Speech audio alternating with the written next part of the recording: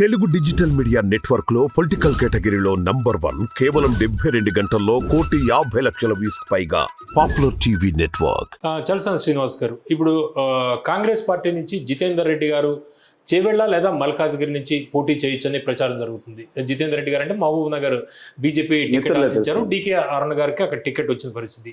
ఒకవేళ జితేందర్ రెడ్డి గారు మల్కాజ్గిరి లేదా చేవెళ్ళ నుంచి పోటీ చేస్తే ఏ విధంగా ఉంటుంది? ఆయన జనం నమ్ముతారు అంటే మళ్ళీ అక్కడ జ్ఞానేశ్వర ముదిరాజు గారికి ఆల్రెడీ కాంగ్రెస్ పార్టీ ఇచ్చారు, చేవెళ్ళు ఇచ్చారు, అదే బీఆర్ఎస్ పార్టీ ఇచ్చారు. అటేపేమో కొండా విశ్వేశ్వరరెడ్డి గారు పోటీ చేస్తున్నారు.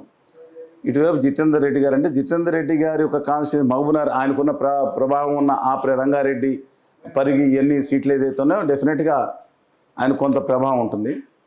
కానీ మల్కాజిగిరి అనే సీటు డెఫినెట్గా అక్కడ కోస్తా రాయలసీమ ఇతర ప్రాంతాల్లో ప్రభావం కూడా ఉంటుంది. రేవంత్ రెడ్డి గారు నెగ్గడానికి ముఖ్యమైన కారణం ఒకటి అదండి. అంతకుముందు మల్లారెడ్డి గారు మంత్రిగా ఉన్నవారు తెలుగుదేశం పార్టీ తెలంగాణలో ఉన్న 17 సీట్లు ఒకే ఒక సీట్ నెక్కింది, అది మల్లారెడ్డి గారు నెగ్గారు. అందువల్ల అక్కడ ఈటల రాజేందర్ గారు మిత్రులు తెలిసిన మనిషి, వారు పోటీ చేస్తున్నారు బీజేపీ నుంచి. అక్కడ జితేందర్ రెడ్డి గారు కానీ పోటీ చేస్తే ఒకవేళ అక్కడ ఆ ప్రాంతంలో గెలిచే అవకాశం ఉంది. విచిత్రం ఏంటంటే మీకు మల్కాజ్గిరిలో రేవంత్ రెడ్డి గారు ఎంపీగా ఉంటే సిట్టింగ్ ఎంపీగా ఎన్నికలు జరిగితే 7 స్థానాల్లోనూ కాంగ్రెస్ పార్టీ ఓడిపోయింది. ఇంకా విచిత్రం ఏంటంటే సికింద్రాబాద్, హైదరాబాద్ వదిలేసేయండి, హైదరాబాద్ ఒక ప్రత్యేక ప్రదేశంలో మనం అనకూడదు, కానీ అవసరం మళ్ళీ ఏదో మాట అన్నాం అనుకోండి కొంతమంది ఫీల్ అవుతారు, మనోభావాలు దెబ్బతింటాయి. అది ఒక ప్రత్యేక ప్రదేశంలో ఉంది సార్, దాని గురించి పక్కన పెడదాం, మన దేశంలో అంతర్భాగమే. కానీ మిగతా శేర్లింగంపల్లి ఉంది. శేర్లింగంపల్లి కాన్స్టిట్యున్సీలో పెద్ద కాన్స్టిట్యున్సీ, ఒక కాన్స్టిట్యున్సీ 2 లక్షల ఓట్లు ఉన్నాయి, ఒక కాన్స్టిట్యున్సీకి 4.5 లక్షల ఓట్లు ఉంటాయి. అంటే నేను అడుగుతుంది దీని గురించి జితేందర్ రెడ్డి గారి గురించి మాట్లాడదాం. అంటే ఆయన మల్కాజ్గిరి నుంచి పోటీ చేస్తే బెటర్ అని మీరు భావిస్తున్నారా? కాంగ్రెస్ పార్టీకి ఎక్కువ విజయావకాశాలు, వాళ్ళ 7 సీట్లు పోయినా సరే బీఆర్ఎస్ నుంచి ఒకవేళ ఇప్పుడు మల్లారెడ్డి గారు కూడా లేటెస్ట్ గా డికే శివకుమార్ గారితో భేటీ అయ్యారు, కర్ణాటక వెళ్ళొచ్చు అని చెబుతున్నారు మల్లారెడ్డి గారు. ఒకవేళ ఆయన చేరితే మల్లారెడ్డి గారు కుమారుడు అక్కడి నుంచి రంగంలోకి ఉండొచ్చు అనేది ఒకటి. మల్లారెడ్డి గారు అల్లుడు జితేందర్ రెడ్డి గారు బెటర్ అవుతారు. మల్లారెడ్డి గారు అల్లుడు ఎమ్మెల్యే మల్లారెడ్డి గారు MLA Medchal constituency, Malkajgiri constituency, Kukatpally constituency, అలాగే ఎల్బీ నగరం, ఈ కాన్స్టిట్యున్సీ అన్నీ కూడా మళ్ళీ మల్కాజ్గిరిలో అవుట్ ఆఫ్ 7 బీఆర్ఎస్ వచ్చింది.